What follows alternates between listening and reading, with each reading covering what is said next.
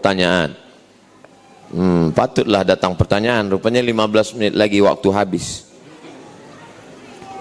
Saya sudah daftar umroh, tapi duit belum ada terkumpul. Maksudnya baru bayar DP mau berangkat umroh. Mohon doanya supaya istri dimudahkan. Istri sudah daftar umroh. Mudah doanya supaya istri dimudahkan untuk umroh. Nanti di akhir majelis kita sama berdoa supaya semua hajat-hajat kita dimudahkan Allah Subhanahu wa taala.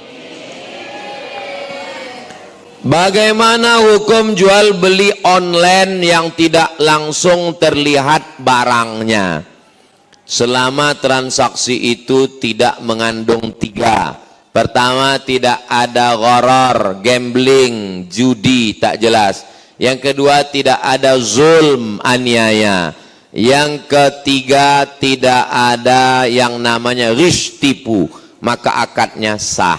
Jadi misalnya saya mau membeli peci, saya mau beli peci merah online, saya cari peci merah online.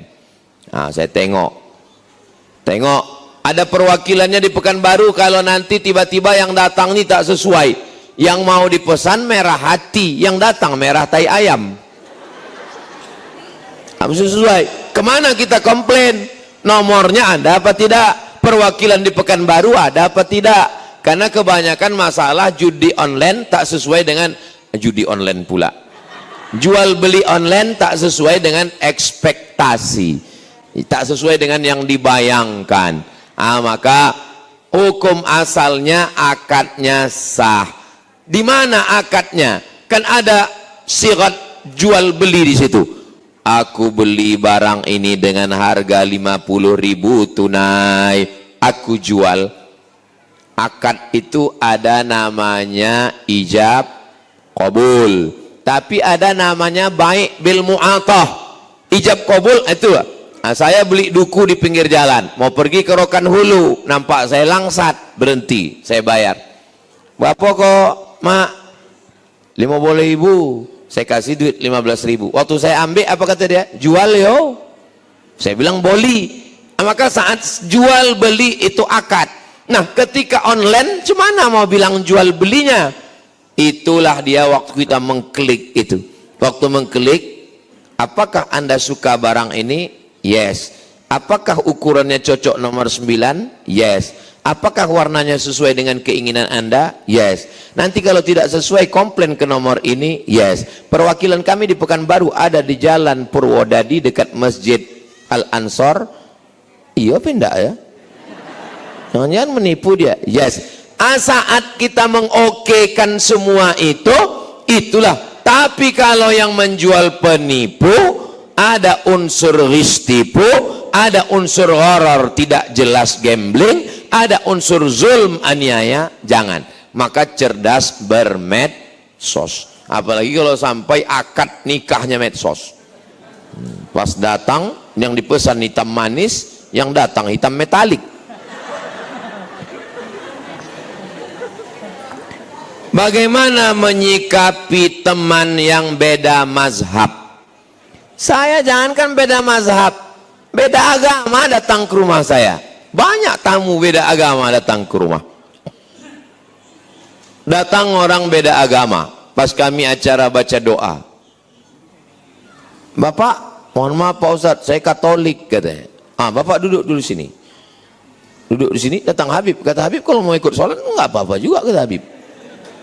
Kan tinggal login aja. Masalah sunat nanti kita atur. Bapak duduk dulu sini, kami sholat dulu. Nanti habis sholat baru kita duduk bersama. Beda agama aja bisa, masa beda mazhab? Beda mazhab, mazhab apa? Mazhab Maliki. Mazhab Maliki kalau bersentuh laki-laki perempuan tak nafsu tak batal. Kalau mazhab Syafi'i batal. Berkawanlah saya sama orang mazhab Maliki. Terus kemudian saya mau pergi, bersentuh kebetul, saya orang salaman, saya udah tahan begini. Kadang ke orang-orang salaman saya jauh, di dekat-dekat kayaknya pula aja kena ujung, batal. Lalu saya wuduk lagi, dia tidak wuduk lagi. Iya, tidak saya salahkan, karena Maliki juga masih ahlus sunnah wal 4 imam mazhab itu ahlus sunnah semua. Imam Hanafi, Imam Maliki, Imam Syafi'i, Imam Hambali. Ahlus sunnah wal jamaah. Apa masalahnya? Yang jadi masalah beda mazhab, dibid'ah-bid'ahkannya kita. Jadi masalahnya bukan pada mazhabnya, bedanya itu adalah dia membid'ahkan kita. Saya 2 tahun tinggal di mazhab Maliki. Di mana? Waktu di Maroko. Maroko itu mazhabnya Maliki. Bagaimana mazhab Maliki itu Pak Ustadz? Kalau sholat tangannya lepas ke bawah. Allahu Akbar. Tapi saya sholat di belakang tetap saya gini. Tidak pakai bismillah. Allahu Akbar. Alhamdulillahi Rabbil Alamin. Subuhnya kunutnya setelah ayat. Walam yakul lahu kufuwan ahad. Lalu dia baca kunut. Kunutnya tak berbunyi. Lalu dia ruku. Allahu Akbar. Tak masalah. Saya tetap sholat. Saya kuliah di Al-Azhar. Dosen saya mazhabnya Hanafi. Dia ngajar Hanafi. Saya mazhab Syafi'i. Tak pernah ada masalah. Lalu kenapa bermasalah dengan Wahabi? 3 yang tak pernah ketemu titik. Pertama, dia membid'ahkan saya karena saya buat maulid. Abdul Somad, kau buat maulid, kau pelaku bid'ah, bid'ah dolalah, kau neraka jahanam. Saya ceramah maulid 10 kali, berarti saya udah 10 kali masuk neraka. Jadi bukan masalah mazhabnya. Mazhab Maliki bisa bertetangga, mazhab Hanafi bisa, tapi memang yang satu ini tak bisa. 3 simpang ini. Karena dia melihat saya sebagai pelaku bid'ah. 2, saya berdoa bertawassul. Ya Allah, aku bertawassul kepadamu berkat Syekh Abdul Qadir Al-Jilani, berkat Syekh Bahauddin Naqsyabandi, berkat Nabi Muhammad. Bagi mereka bertawassul itu syirik. Orang yang bertawassul berarti musyrik. 3, saya kalau membaca ayat mutasyabihat saya takwil. Muka Allah, tangan Allah, kaki Allah, betis Allah, itu saya takwil. Bagi mereka mentakwil itu kafir. 3 simpang ini kita yang tak bisa bersama. Pertama, mereka membid'ahkan saya. Kedua, mereka mensyirikkan saya. Ketiga, mereka mengkafirkan saya. Atau masuklah masjid ini dulu pernah banyak Wahabi. Waktu saya pertama datang kemari disobek orang tu baleho saya. Saking bencinya dia menengok Abdul Somad. Habis kebencian orang itu ke Abdul Somad sampai tak benci lagi sama iblis. Iblis pun kata iblis, kau enggak benci lagi dengan aku, kata iblis. Enggak. Kemana kebencianku? Udah ku habiskan ke Abdul Somad. Beda mazhab, 4 mazhab itu tidak pernah bermasalah. Yang bermasalah adalah orang yang membid'ahkan, mensyirikkan dan mengkafirkan hanya pada perkara-perkara khilafiyah. Jelas? Bagaimana cara mendidik anak agar cinta Al-Quran? Anak cerminan kita. Jadi kalau di rumah kita putar Quran 24 jam, MP3 Quran, speaker Quran, insya Allah anak suka dengar Quran. Tapi kalau kita bermimpi anak dengar Quran, sementara di rumah kita kabi kaci kabi kam kac coach hotahe, cinta satu malam, selimut tetangga, pulang-pulang berbadan 2. Gimana dia mau suka Quran? Kita pun sambil memasak Bismillahirrahmanirrahim Ar-Rahman. Itu yang dia dengar. Maka kita dulu membuat dia cinta kepada Quran. Maghrib ke Isya, kalau tak ada pengajian, buat di sini, mintakan adik-adik mahasiswa dari UIN, dari UIR, mintakan dia mengajar mengaji. Kita iuran untuk memberikan honor kepada guru mengaji supaya anak-anak kita belajar Al-Quran. Di rumah ayahnya baca Quran, baca Quran. Tapi orang tuanya juga baca Quran. Anak-anak ini tak bisa disuruh baca Quran, baca Quran, baca Quran. Ayah nggak baca, ayah sudah dewasa. Tak bisa begitu. Anak-anak ini mesti kita tenteng tangannya, kita ambilkan, kita membelikan Quran. Ini hari lahir kau nak, aku ingin kau baca Quran. Belikan Quran besar, ada Qurannya, ada tajwid berwarna, ada makna kosakata, ada tafsirnya. ada asbabun nuzulnya. Kasih ke dia, bukakan. Untuk istri kasihkan. Sini, anak baca. Selesai anak baca. Istri baca. Anak paling kecil baca Iqra. Udah selesai kalian baca, udah tutup. Ayah nggak baca, udah mau masuk waktu Isya. Padahal ayahnya rupanya baru Iqra 1. Kepala rumah tangga jangan malu, cari guru mengaji, minta sama Ustaz Al-Nab, Ustaz kasih saya guru ngaji privat untuk 4 mata sama saya. Ini harkat martabat saya juga ini. Apakah boleh merayakan maulid Nabi dan Isra Mi'raj? Ini yang tadi yang udah kena virus Wahabi tadi.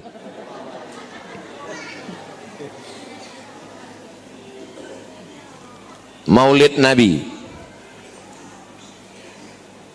masih fokus atau tidak? Masih konsen? Tanggal 10 Zulhijjah kita puasa atau tak puasa? 10 Zulhijjah. 10 Muharram puasa atau tak puasa? Puasa. Kenapa kita puasa 10 Muharram? Karena Allah, kalau saya bertanya tak usah jawab, itu saya jawab sendiri nanti. Saya nggak pernah mempermalukan jamaah. Kenapa kita berpuasa 10 Muharram? Karena hari itu Allah menyelamatkan Nabi Musa dan menenggelamkan Fir'aun. Peristiwanya kan sudah terjadi ribuan tahun yang lalu kan? Nanti kalau Muharram, 10 Muharram 2025, kita puasa atau tidak? Puasa. Padahal peristiwanya kan sudah terjadi kan? Nah sekarang saya tanya, kalau selamatnya Nabi Musa kita bersyukur, adakah nikmat yang lebih besar daripada selamatnya Nabi Musa? Ada. Apa itu? Lahirnya Nabi Muhammad sallallahu alaihi wasallam. Jelas dasar pengambilan maulid? Jelas? Jangan bilang jelas karena takut bunyi saya mengamuk. Kau tadi waktu Ustaz itu bilang cerita itu jelas? Tidak. Saya kenapa kau ngangguk? Takut aku Ustaz itu ngamuk ya kan? Itu bukan asal-asalan dari otak saya, itu dari kitab Al-Hawi lil Fatawi. Al-Hafiz, Al-Hafiz artinya hafal 300.000 hadis. Al-Hafiz Jalaluddin Abdurrahman As-Suyuti dalam kitab Al-Hawi lil Fatawi mengutip pendapat Al-Hafiz Ibnu Hajar Al-Asqalani. Apa kata Imam Ibnu Hajar? Kalau selamatnya Nabi Musa diulang tiap tahun, maka ada yang lebih besar daripada selamatnya Nabi Musa, lahirnya Nabi Muhammad sallallahu alaihi wasallam. Paham? Masih mau dalil lagi? Wa dzakirhum bi ayyamillah. Ingatkan umat ini tentang nikmat-nikmat Allah. Ingatkan nikmat sehat, ingatkan nikmat duit, ingatkan nikmat mata, ingatkan nikmat telinga. Tapi ada nikmat yang terbesar di antara semua nikmat. Nikmat apa? Lahirnya Nabi Muhammad sallallahu alaihi wasallam. Itulah maka dibuat maulid. 3. Ketika sahabat Nabi sekaligus pakcik Nabi namanya Abbas. Abbas bermimpi. Riwayat ini ada dalam Sahih Bukhari. Abbas bermimpi berjumpa dengan saudara kandungnya namanya Abu Lahab. Ditanyanya dalam mimpi itu, "Hai Abu Lahab, kau di mana sekarang?" Kata Abu Lahab, "Ya masuk neraka lah. Tabat syada abi lahabi wa tab. Khuffifa alayya fi kulli itsnain li'taqi Suwaibah." Tapi azabku diringankan setiap hari Senin karena aku membebaskan Suwaibah. Waktu Nabi lahir, yang membawa berita itu namanya Suwaibah. Siapa namanya? Suwaibah. Datang Suwaibah. "Wahai Tuan Abu Lahab, ya, keponakanmu sudah lahir. Siapa namanya? Laki-laki apa perempuan?" Laki-laki. Kata Abu Lahab, "Saking senangnya aku keponakanku lahir, adikku sudah mati, nggak apa-apa karena anaknya hidup. Maka kau Suwaibah, kubebaskan dari budak." Dibalas Allah senangnya Abu Lahab Setiap hari Senin azabnya diringankan karena senang menyambut kelahiran Nabi Muhammad sallallahu alaihi wasallam. Jelas? Bersyairlah ulama namanya Al-Hafiz Al-Maqdisi dalam 6 bait syair. Idza kana hadza kafiran jaa dhammuhu tabbat yadahu fil jahibi mukhlida ata annahu fi kulli yaumil itsnaini abada yukhaffaf anhu al-'adzabu masruran bi ahmada fakaifa billadzi tula umruhu fakaifa billadzi tula umrihi bi ahmada masruran wa mata muwahhida. Kalau Abu Lahab yang dijamin masuk neraka ringan azabnya tiap hari Senin karena senang menyambut kelahiran Muhammad, apalagi orang beriman yang senang menyambut kelahiran Muhammad dan mati dalam bertau apa pula bertauco bertauhid. Jelas? Jadi kalau ada orang nanya, jawab. Saya tidak akan pernah bosan menjawab tentang maulid ini. Kenapa? Selama mereka tak bosan membid'ahkan, saya pun tak pernah bosan menjelaskan. Ini masalah sama orang ini kan masalah capek aja. Kalau kita capek dia menang. Kalau capek kita, misalnya saya tadi ditanya, Ustaz tentang maulid, aku udah capek dah, menang dia. Makanya maulid saya jawab terus. Begitu juga maulid. Kalian jamaah Al-Ansar tak buat maulid, kami udah capek Pak Ustaz, menang dia. Makanya kami buat maulid arba'in 40 malam. Bina capek. Palembang maulid arba'in 40 malam. Aceh maulidnya 90 malam. Aceh maulidnya 3 bulan. 1 hari 3 kali, pagi siang malam, macam makan obat maulid. Makanya di Aceh tak mempan dia capek. Bina katanya mati. Bina melawan orang Aceh. Orang Aceh tahan begadang maulid tengah malam. Kenapa? Minum kopi Aceh. Lapar makan mie Aceh. Mana telawan dia? Kita asam padeh sekali pone encret sakit po.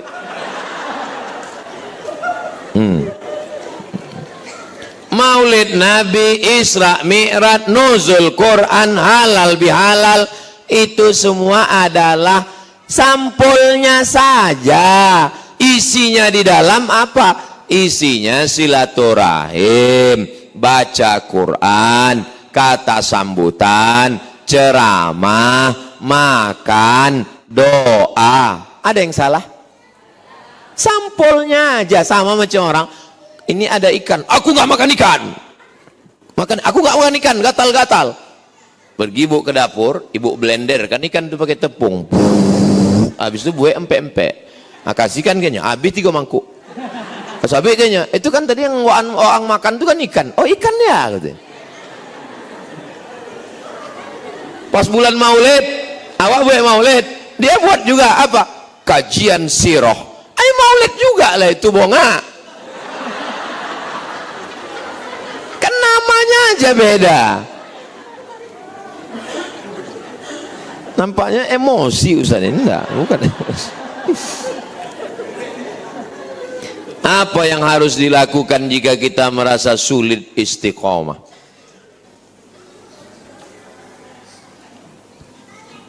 Ya Rasulullah, kasih aku satu nasihat, jangan banyak-banyak.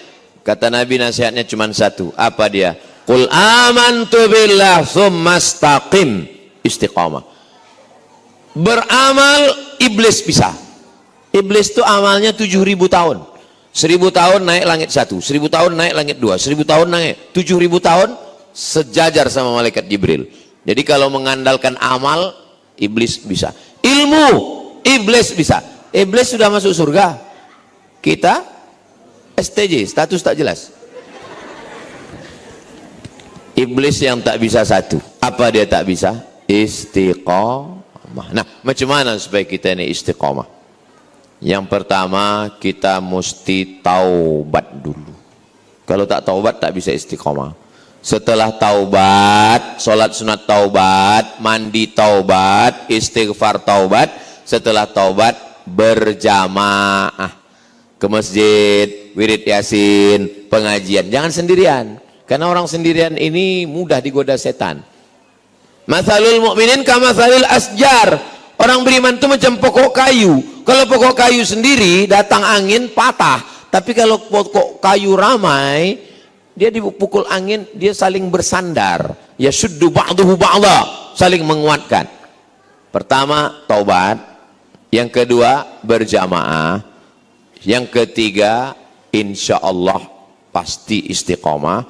Yang keempat, husnul khatimah. 4 ini sepaket ini. Yang pertama, taubat, hijrah. Setelah hijrah, berjamaah. Setelah berjamaah, istiqomah. Buahnya adalah husnul khatimah.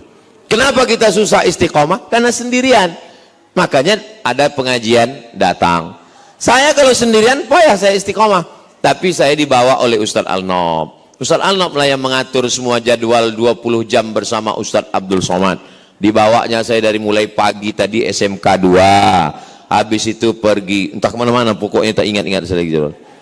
Nah ini pulang, ini malam ini pulang, besok subuhnya di PTPN. Habis PTPN kemudian endorse pesantren Nurul Azhar tuh. Nah tuh gedung yang mau di endorse di Simpang Bingung. Nah, nanti Bapak Ibu habis jembatan Leton sampai Simpang Bingung, jangan bingung-bingung lagi, langsung ke situ. Belok kiri sebelum TPU Covid. Itu asrama yang akan selesai, bisa menerima santri bulan Juli nanti insya Allah. Amin. 4 lantai itu naik ke 3 lantai naik ke atas. Kalau Nurul Azhar 1 sudah siap. Pokoknya semua orang yang datang ke Nurul Azhar 1 tuh menengok temboknya, menengok gedungnya, menengok asramanya, terkagum-kagum macam menengok kucing Anggora. Wow. Semua ustadz-ustadz hebat-hebat udah kami bawa semua ke sana menengok. Anak-anak gratis 1 tahun 25 orang, 25 orang, 25 orang, 25 orang, 25 orang, 25 orang, 25 orang. Semua duit-duit. Ini malam ini pengajian ini direkam di YouTube. Hasil dari YouTube itu 100% untuk biaya santri, beli beras, gaji guru, untuk listrik, untuk air dan lain sebagainya. Makanya jangan ada fitnah-fitnah. Ini ku tengok duit mobil Ustadz Somad ini dari duit YouTube ini. Dari mana kau tahu? Ku dengar dari bunyi knalpotnya tup tup tup tup tup. Itu mobil yang bawa saya itu mobil yayasan punya, Yayasan Tabung Wakaf Umat. Anak-anak belajar gratis tuh penghafal Quran. Anak-anak inilah yang menjadi imam tarawih di Palas sana. Ustadz-ustadz dari Pekanbaru ini ke sana berdakwah tak sampai. Asal di jembatan Leton mati mesin. Tak sampai. Tanah itu dulu disuruh jual. Ustadz Somad jual aja tanah ini, beli tanah di kota buat pondok. Saya bilang enggak. Pokoknya saya mau letakkan batu pertama. Apa kata orang? Nanti kalau dibuat pesantren sana siapa yang datang? Berdatangan ulama-ulama menghatamkan Sahih Bukhari sana, menghatamkan Sahih Muslim sana. Syekh Usama Al-Azhari penasehat Presiden Mesir datang. Buya Yahya berkali-kali datang. Ustadz Hanan At-Taki datang. Ustadz Taki Malik datang. Sampai siapapun kami bawa. Siapa namanya? Syekh Nuruddin, Marbu, Al-Banjari, Al-Makki. Sampai yang tak Islam, Daniel Mananta sama istrinya pun kami bawa ke situ. Nengok dia, mantap nih pondoknya Pak Ustadz, kata dia. Tengoknya semua, kamar-kamar, tempat tidur, semua mantap, berkelas. Jadi jangan ragu, jangan khawatir. Kalau kita sudah berjamaah, insya Allah buahnya istiqomah. Orang yang istiqomah, innalladzina qalu rabbuna Allah thumma istaqamu. Orang yang istiqamah, tatanazzalu alaihimul malaikah, turun malaikat. Apa kata malaikat waktu mau mati nanti? Pas mau mati datang malaikat. Kata malaikat, alla takhafu, jangan orang takwi, wala tahzanu, jangan sedih. Orang yang mau mati itu 2 perasaannya. Pertama takut, yang kedua sedih. Takut sakratul maut, takut azab kubur, takut padang mahsyar, takut titian suratul mustaqim, takut timbangan amal, takut masuk neraka. Kata malaikat, jangan kau takut. Wala tahzanu, jangan sedih. Sedih meninggalkan anak, sedih meninggalkan bini, sedih meninggalkan motor baru DP, belum sempat kredit. Jangan sedih, kata malaikat. Setelah itu apa kata malaikat? Pesan yang ketiga, wa absyiru bil jannatil lati kuntum tu'adun. Berbahagialah engkau karena kau dijanjikan Allah masuk surga. Sebelum nyawa keluar, malaikat mengepakkan sayapnya. Nampaklah tempat kita di sayap malaikat itu, rupanya bertetangga dengan jamaah Masjid Al-Ansor. Ibu sama bapak masih mau bertetangga di surga? Dari bunyinya macam nggak mau. Soalnya pernah saya tanya di tempat jamaah, ibu mau masuk surga sama bapak-bapak, ibu-ibu yang ada di sini? Enggak Pak Ustaz. Loh, kenapa kalian nggak mau? Di dunia aja kami udah nggak tahan Pak Ustaz gitu.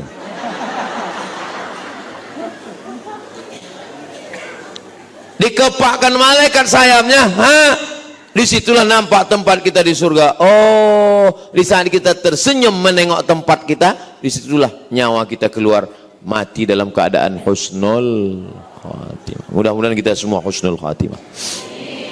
Kalau ada orang sakit, tengok. Saya dalam sebulan saya usahakan sekali 2 kali nengok orang sakit. Kalau dapat saya kabar ada orang sakit, langsung saya ke rumah sakit. Kalau ada orang meninggal, tengok. Syukur-syukur masuk menengok liang lahat, itu membantu kita istiqomah. Kalau jenguk orang sakit, rumah sakit jangan terlalu jujur.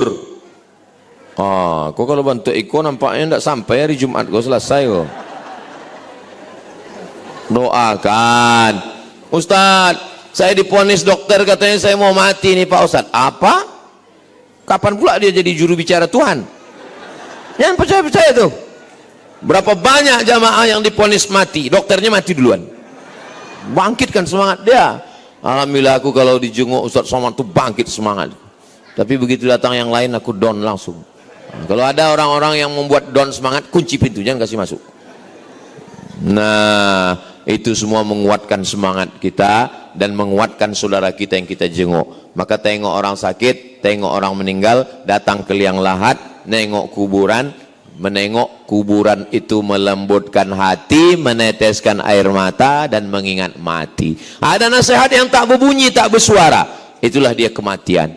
Mudah-mudahan kita termasuk orang yang diberikan Allah mengambil nasihat dari semua ini. Alam takambang menjadi, tidak mesti baca kitab, bisa baca kitab bagus, tapi jalan di kuburan pun menengok. Alhamdulillah saya tinggal di jalan Kamboja Rimbo Panjang. Nah, di jalan Kamboja itu di pintu gang tuh kuburan. Jadi tiap hari saya lewat kuburan. Hari ini aja udah 10 kali lewat kuburan. Lewat kuburan, masuk kuburan, lewat kuburan. Jadi sesuai dengan ayat alhaqumut takatsur hatta zurtumul. Hafal semua Bapak Ibu. Itulah yang dapat saya sampaikan di akhir majelis. Ini sudah keluar kode etik ini ceramah di Al-Ansor ini. Tadi dimulai 8:30, sekarang sudah jam 10 kurang 15. Jadi nanti kalau ditanya orang, Ustaz di mana-mana ceramah 1 jam, kenapa di Al-Ansor itu lewat 15 menit? Itu kawan lama, jadi boleh tambah. Mudah-mudahan Allah menyampaikan segala hajat-hajat kita. Yang sakit-sakit diangkat penyakitnya. Yang sudah meninggal dunia dilapangkan kuburnya. Yang ujian diluluskan dengan nilai terbaik. Yang belum ada jodoh didekatkan jodohnya, jumpa dengan orang baik-baik. Banyak juga yang belum nikah. Ala hazihin niyah al-fatihah. A'udzubillahi minasyaitonirrajim. Bismillahirrahmanirrahim. Alhamdulillahirabbil alamin. Arrahmanirrahim. Maliki yaumiddin. Iyyaka na'budu wa iyyaka nasta'in. Ihdinas siratal mustaqim. Siratal ladzina an'amta 'alaihim ghairil maghdubi 'alaihim waladdallin. Amin. Allahumma salli ala Sayyidina Muhammad wa ala ali Sayyidina Muhammad. Assalamualaikum ya Rasulullah. La tada'lana dzamban illa ghafartah. Pulang kami dari majelis ilmu ini bersih dari dosa-dosa. Wala dainan illa qadaitah. Tolong kami lepas dari hutang piutang riba. Wala aiban illa satartah. Tutupi aib cacat diri kami ya Allah. Wala musafiran illa wasaltah. Yang musafir sampaikan ke tujuan dengan selamat. Wala maridan illa syafaitah. Ada yang sakit, angkat penyakitnya, sehatkan ya Allah. Wala mayyitan illa rahimtah. Yang sudah meninggal dunia, lapangkan kuburnya. Wala mumtahinan illa najahtah. Yang ujian luluskan dengan nilai terbaik. Wala aziban illa zawwajtah. Yang belum menikah, jumpakan dengan jodoh yang baik-baik. Wala raghiban illa anjabatah. Yang belum punya keturunan, berikan anak-anak penghafal Quran mujahid fi sabilillah. Wala hajatan min hawaijid dunya wal akhirati laka ridha wala nafiha salah. segala hajat dunia hajat akhirat baik bagi kami dan engkau ridha illa qadaitaha wa yassartaha, mudahkan dan tunaikanlah ya Allah. Rabbana fir lana dzunubana wa liwalidayna warhamhuma kama rabbayana shaghira. Rabbana hab lana minas shalihin. Allahumma ja'al hadzal balada baladan amina. Jadikanlah Riau baldatun thayyibatun wa rabbun ghafur.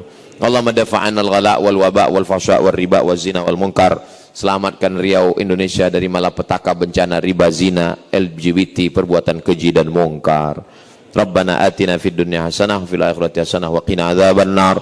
Wa sallallahu ala sayyidina Muhammad wa ala alihi wa sahbihi wa sallam walhamdulillahi rabbil alamin.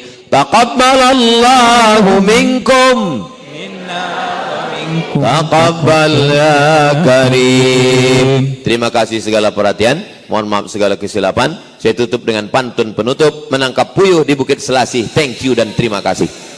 Assalamualaikum warahmatullahi wabarakatuh.